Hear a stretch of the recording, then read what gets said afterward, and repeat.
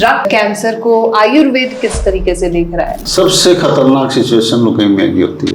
Patient को दवा तो देता हूँ और दवा पे भरोसा भी है, पेशेंट का भी भरोसा बना रहे, ये मेरा भरपूर प्रयास रहता है। आयुर्वेद किसी भी बीमारी को जड़ से खत्म करने का प्रयास करता है। कैंसर, चाहे वो ब्लड का कैंसर हो या फिर वो लिवर का कैंसर हो, लंग का कैंसर हो या फिर किसी भी अन्य ऑर्गन का कैंसर हो, कैंसर अपने आप में ही एक बहुत खतरनाक शब्द समझ में आता है और सुनने के बाद एक अलग ही फीलिंग जो है दिमाग में चलना शुरू हो जाती है। कैंसर मरीज के लिए बहुत ज्यादा मुश्किल होता है ये डाइजेस्ट कर पाना कि उसको कैंसर है, और इसका इलाज तो अपने आप में बहुत ज्यादा महंगा और साथ ही कहीं ना कहीं टेंशन देने वाला भी होता है, क्योंकि कीमोस कराने पड़ते हैं, लगातार आपको डॉक्टर्स के पास जाना पड़ेगा, चर्चा करनी पड़ेगी, डिस्कशन करना पड़ेगा। लेकिन आज के इस खास प्रोग्राम में हम चर्चा करने वाले हैं कि आखिर आयुर्वेदिक तरीके से कैसे कैंसर को हराया जा सकता है।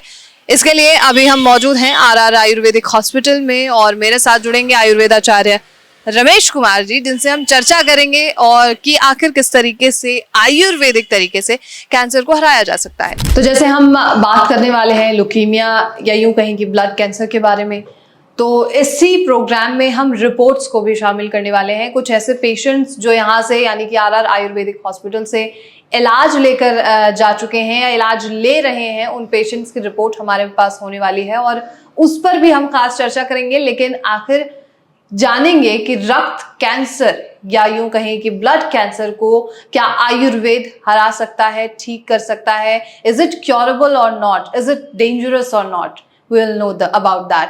और मेरे साथ हमारे गेस्ट मौजूद हैं आयुर्वेदाचार्य रमेश कुमार जी। बहुत स्वागत है सर आपका। धन्यवाद मैम। और सबसे पहले हम सवाल से शुरू करते हैं कि रक्त कैंसर को आयुर्वेद किस तरीके से देख रहा है? ब्लड कैंसर, साधारण भाषा में ब्लड कैंसर का मतलब जैसे खून में कैंसर होना। मेडिकल साइंस में हम इसको लुकेमिया कहते हैं। बिल्कुल। कैंसर सैकड़ों प्रकार का होता है, बॉडी के किसी भी ऑर्गन में कैंसर हो सकता है। लुकेमिया इनमें सबसे खतरनाक है। सबसे खतरनाक सिचुएशन लुकेमिया की होती है। अब लुकेमिया होता क्यों है? हमारे शरीर में 3 प्रकार के ब्लड सेल्स होते हैं। आरबीसी यानी लाल रक्त कोशिकाएं, डब्ल्यूबीसी सफेद रक्त कोशिकाएं और प्लेटलेट। आरबीसी 99% होती है हमारी बॉडी में। रेड ब्लड 5 से 6 लीटर तक ब्लड आदमी के शरीर में पाया जाता है। 99% मैंने बताया कि लाल रक्त कोशिकाएं होती हैं। 0.2% सफेद रक्त कोशिकाएं होती हैं जिन्हें डब्ल्यूबीसी कहते हैं। बाकी 8% 0.8% प्लेटलेट होती है जी। तो डब्ल्यूबीसी जब जरूरत से ज़्यादा बढ़ती है तो वो कहीं ना कहीं इफेक्टिव होगी, इन्फेक्ट होगी वो,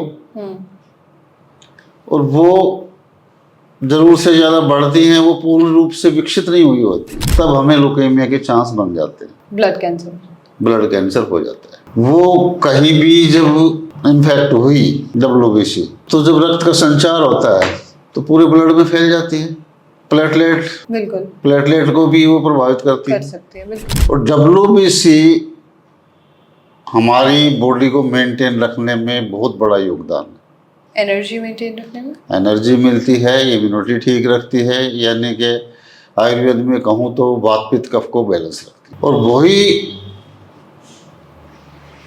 इम्पैक्ट हो गई तो उसके साथ साथ प्लेटलेट भी, बिल्कुल, और आरबीसी, बिल्कुल। तो इनका खतरनाक तरीके से बढ़ना डब्ल्यूबीसी का लुकेमिया का एक बहुत बड़ा कारण है। ये किसी भी उम्र में हो सकती है? किसी भी उम्र में, क्योंकि तो आज बच्चों में भी देखा जा रहा है ब्लड 4 प्रकार का लुकेमिया होता है। एक होता है एक्यूट इन्फोब्लास्टिक, जो सिर्फ छोटे बच्चों में ही पाया जाता है, मोस्टली छोटे बच्चों में पाया जाता है। अच्छा। यानी कि उसकी शुरुआत बहुत जल्दी हुई है। जो न्यू बॉर्न बेबीज हैं या 1, 2, 3 साल के बच्चे जो होते हैं, उन सब में भी सब में पाया जाता है। ठीक है। एक होता है एक्यूट माइलोजेनियस, वो बच्चों में भी पाया जाता है और बड़ी उम्र के लोगों में भी पाया जाता है, एडल्ट में भी पाया जाता है। और 4 प्रकार के जो ये हैं, इनमें सबसे खतरनाक यही है। अच्छा। एक्यूट माइलोजेनियस।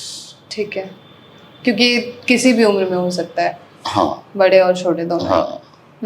तो आयुर्वेद, जैसे मैंने अभी कहा कि दूसरी पैथियां तो हार मान चुकी हैं इन सब चीजों से कि लुकीमिया का ऐसा कोई इलाज नहीं संभव है, लेकिन आयुर्वेद में अगर हम बात करें तो आयुर्वेद में क्या इस चीज का इलाज संभव है? इलाज तो आयुर्वेद में हर चीज का संभव है, हर बीमारी का संभव है, बशर्ते कि आदमी को लंबे समय तक इसका ट्रीटमेंट लेना पड़ता है। बिल्कुल। लेकिन उतना लंबा समय नहीं जितना और पद्धति में चलता है, क्योंकि वहां तो एक बार एडमिशन ले लिया, एडमिट हो गए, तो वो चलता रहेगा सालों साल। यहाँ आयुर्वेद में क्या होता है, वहां से थक हार के पेशेंट आता है और ये चाहता है कि मैं एक दिन में या एक महीने में ठीक हो जाऊँ। बिल्कुल। ऐसा पॉसिबल नहीं है। नॉर्मल वे में 4 से 6 महीने जो शुरुआती लक्षण है उसमें भी 4 से 6 महीने का कोर्स कम से कम होता है। और इसका कारण है जी, इसका कारण ये है कि बहुत ही धीमी गति से बीमारी को कवर करता है। ठीक है, कवर करता है मतलब रूट कॉज तक पहुंचता है। जी ठीक है। क्या लक्षण होते होंगे जब किसी को ब्लड कैंसर होता है, और क्या आयुर्वेद उन लक्षणों पे काम कर रहा है, इसके बारे में बताइए। खून का बहना, किसी को चोट लग जाए और खून रुकता नहीं है। अच्छा, मतलब कुछ समय बाद भी खून चलता ही रहता है? हाँ, चलता ही रहता है, यानी कि खून ब्लड की क्लॉटिंग नहीं हो रही है। क्लॉटिंग करने के लिए प्लेटलेट बहुत मददगार है। बिल्कुल। प्लेटलेट उससे प्रभावित हो चुकी है WBC से, तो क्लॉटिंग कहाँ होगी? जब क्लॉटिंग नहीं है तो खून का बहना, मसूड़ों से खून आना शुरू हो जाता है। अच्छा, ब्रश के दौरान या वैसे भी? जी, एक तो ये कारण है। दूसरा, कमजोरी इतनी आ जाती है, थकावट महसूस करता है आदमी, बार बार बुखार आता है, कोई भी बीमारी बार बार आना किसी भी बीमारी का, ये इसके लक्षण हैं, ज्यादातर पेशेंट्स में पाए जाते हैं। जी। अब हम रिपोर्ट्स पे बात कर लेते हैं। अभी जो हमारे पास पेशेंट की रिपोर्ट है उनका क्या अभी सिचुएशन है, इस पर बात कर सकते हैं? ये एक पेशेंट हैं, रहने वाले तो यूपी के हैं जी, लेकिन रिहाइश इनकी गुजरात में है। अच्छा। क्योंकि 4-5 बार दवा खा चुके हैं, एक आध बार यूपी में मंगवाई है, बाकी गुजरात में मंगवाई है। अच्छा। एक 2 बार ये लेके भी गए हैं। ठीक है। ठीक है। 5 महीने पहले इनकी रिपोर्ट थी। आप स्क्रीन पर अपने रिपोर्ट्स जो हैं वो देख सकते हैं अभी फिलहाल। जी सर, हेमोग्लोबिन इनका 9.2 पर था। जी, आज की रिपोर्ट ये है इनकी। ओके, और हेमोग्लोबिन यहाँ पर 12 पहुंच चुका है। ये कितने दिनों के अंदर में हुआ जी, है? 5 महीने के दौरान। 5 महीने के दौरान। ठीक है। इसको मुझे आप कुछ समझा पाएंगे सर प्लीज? प्लेटलेट्स काउंट कैसे बढ़ी हैं या क्या चीजें हुई हैं? हीमोग्लोबिन आपने देख लिया 9.2 था, 12। अभी 12 पॉइंट है, कम है अभी भी, लेकिन क्योर हो रहे हैं धीरे धीरे। बिल्कुल। ठीक है ना। WBC इनकी बढ़ रही है, 1,40,000 थी 16/5 को, अच्छा, आज इनकी 34,000 है। ठीक है। प्लेटलेट इनकी 80,000 थी, हाँ, आज 1,79,000 है, 79। ओके, 79,000। RBC हाई था इनका 6.50 था, अभी RBC 4.23 है, नॉर्मल रेंज में ही है, थोड़ा सा लो है लेकिन नॉर्मल रेंज में आ गया है। तो ये चीजें हैं, बहुत कुछ क्योर हो चुके हैं ये, इन्हें भी जरूरत और है 1-2 महीने दवा खाने की। जी जी। और बिल्कुल ठीक हो जाएंगे। आप मुझे इन पेशेंट के बारे में कुछ बता सकते हैं, मतलब क्या कब आए थे आपके पास और कब से इनको दिक्कत थी? ये मेरे पास मई में आए थे। हाँ। और काफी समय से इनको दिक्कत थी। कब हुआ था इन्हें ब्लड कैंसर? ब्लड कैंसर तो इनको 3-4 साल पुराना था। अच्छा, 3-4 बहुत सारी दवाइयां इन्होंने खाई थी इधर उधर से, और कैंसर का पेशेंट इधर उधर भागता बहुत है। बिल्कुल, हर जगह इलाज। हाँ, हर जगह जो कोई बता देता है कि वहाँ जाओ तो वो जाकर ट्राई जरूर करता है।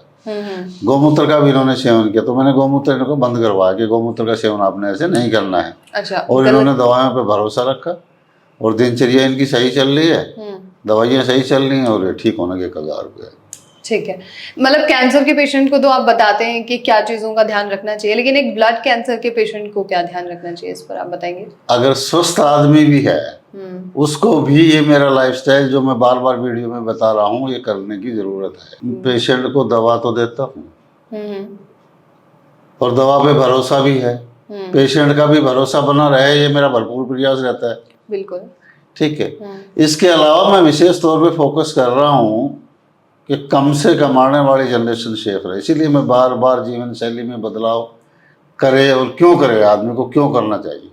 इस पर फोकस करते हैं ज़्यादा। इस पे फोकस करता हूँ, क्योंकि आज हमारे खान पान में, हमारे रहन सहन में, हमारे उठने बैठने में, सोने खाने पीने में, हर चीज़ में बदलाव आ चुका है, जो बहुत ही एक खतरनाक स्थिति है। अच्छा, आप एक ब्लड कैंसर के पेशेंट को किस तरीके की जड़ी बूटियां प्रोवाइड करते होंगे गौमूत्र के अलावा? गौमूत्र के अलावा जितना भी हम अर्क तैयार करते हैं वो गौमूत्र में मिक्स करके ही सारी जड़ी बूटियों से अर्क तैयार वो किया तो जाता है। आप देते हैं, लेकिन हाँ। मतलब जड़ी बूटियां मैं पूछ रही हूँ कि किस तरीके की जड़ी बूटियां आप देते होंगे? वही त्रिफला और बाकी नहीं सारी नहीं, चीजें? त्रिफला और ये ऐसा कुछ नहीं है कि सिर्फ त्रिफला, नहीं, अलग भी चीजें हैं। सब में हर एक अर्क में अलग अलग जड़ी बूटियां होती हैं, मैं बार बार बता चुका हूँ आपको। हाँ, तो ये सारी जड़ी बूटियां, हाँ? ब्लड कैंसर के पेशेंट को आप कौन सी जड़ी बूटी दे रहे हैं ये? सारी जड़ी बूटियां जो है कैंसर के पेशेंट को, जड़ी बूटियां तो वही होती है, अलग से कोई नहीं होता है इसमें। अच्छा। कोई विशेष, किसी को किडनी में प्रॉब्लम है, किसी के लंग्स में प्रॉब्लम है, किसी के हार्ट में प्रॉब्लम है, उसके लिए अलग से थोड़ा सा बनाया जाता है। बाकी सारी दवाइयाँ, ये मेरे सामने रखा है कैंसर किट है कंप्लीट, ठीक है। इसमें 4 प्रकार की औषधियाँ हैं तो इसमें 11 प्रकार की हैं, ठीक है। इसमें 5 प्रकार की हैं तो इसमें 4 प्रकार की हैं, ठीक है। इसमें 4 प्रकार की हैं, अलग अलग हैं सारी औषधियाँ, और अलग अलग इनके काम है। कंप्लीट बॉडी को जो है ये हमारे इम्यूनिटी को बूस्ट कर बरकरार भी रखती हैं और साथ साथ में बीमारी का खात्मा भी करती है। रोग रोधक क्षमता को ये बढ़ाने में भी इनका अहम योगदान है। ठीक है। तो अगर कोई आपसे इलाज ले रहा है ब्लड कैंसर का, तो क्या वो दोबारा ये संभव है कि ब्लड कैंसर वापस आ जाए? संभावना है इस चीज़ की? संभावना तो ना के बराबर है, ना के अगर बराबर कंप्लीट वो ट्रीटमेंट करता है तो जीवन में दोबारा कभी नहीं होगा। ठीक है। और जैसे आजकल आयुर्वेद और एलोपैथ में ना लोगों को बहुत ज्यादा कंफ्यूजन है कि सबसे पहले वो एलोपैथ को चुनते हैं किसी भी बीमारी को लेकर, और कैंसर को खास तौर पे, और आयुर्वेद को एक सेकेंडरी ऑप्शन मानते हैं। तो इस पर आप क्या सोचते हैं? हाँ, ये तो मैं देख रहा हूँ, मेरा एक्सपीरियंस भी है कि थकार के ही पेशेंट यहाँ आता है बिल्कुल सारी जगह से। लेकिन उसमें फ़र्क क्या है? फ़र्क ये है कि कोई भी किसी भी बीमारी को कंट्रोल करने के लिए तो हम किसी भी पद्धति में जा सकते हैं। बिल्कुल। नहीं, मैं किसी का भी नाम नहीं ले रहा, मैं बहुत सारी पद्धति हैं, किसी में भी जा सकते हैं कंट्रोल करने के लिए। इसमें समय लंबा लगता है, कारण यही है कि समय लंबा लगने का कि ये कंट्रोल करने की बजाय आयुर्वेद किसी भी बीमारी को जड़ से खत्म करने का प्रयास करता है। बिल्कुल, रूट कॉज पे काम कर रहा है। तो आयुर्वेद पे लोगों का भरोसा क्यों बाद में है? इसके बारे क्यों बाद में है? इसमें तो कुछ कमियां मैं अपने भी मानता हूँ, बड़े बड़े जो आयुर्वेदाचार्य हैं उनकी भी कमियां ही मानता हूँ कि हम इसको लोगों को समझाने में विफल रहे। और आज इस युग में, अर्थ युग में अंधी दौड़ लगी हुई है। हर कोई चाहता है कि मैं तुरंत ही जो है ठीक हो जाए, किसी चीज को, कोई भी चीज को, किसी भी चीज को अख्तियार कर लूँ, पा लूँ, बीमारी से ठीक हो जाऊँ, निजात पा लूँ आज ही। तो ये चीजें जो है ना कहीं घातक सिद्ध हो रही है हमारे लिए। और अभी तो हम जैसे कैंसर के बारे में बात कर रहे हैं, तो यहाँ पर आप और कौन कौन सा ट्रीटमेंट करते हैं? हर प्रकार की बीमारी का ट्रीटमेंट आयुर्वेद में संभव है। हाँ, मतलब किस तरीके से? मेरे पास पाइल्स का ट्रीटमेंट है, पाइल्स की स्पेशल टीम लगी हुई है। ठीक है। पंचकर्मा से हम हर बीमारी का इलाज करते हैं। ठीक है। जैसे कटिबस्ती है, शिरोधारा है, वाष्प स्नान है, बहुत कुछ पद्धति है पंचकर्मा की से हम ठीक करते हैं बीमारी को। जी जी। एक्यूप्रेशर, एक्यूपंक्चर, साइटिका है, घुटनों में दर्द है, कमर में दर्द है, गर्दन में दर्द है, सर्वाइकल है, उसका इलाज किया जाता है। ठीक है। एक्यूपंक्चर, एक्यूप्रेशर जी, आपने बताया ही। और कंप्लीटली आयुर्वेदिक। और पेशेंट्स कहाँ से मौजूद है यहाँ हरियाणा के सेंटर में खास तौर पे? पेशेंट तो हिंदुस्तान के हर कोने से आ रहा है, चारों दिशाओं से पेशेंट आ रहा है।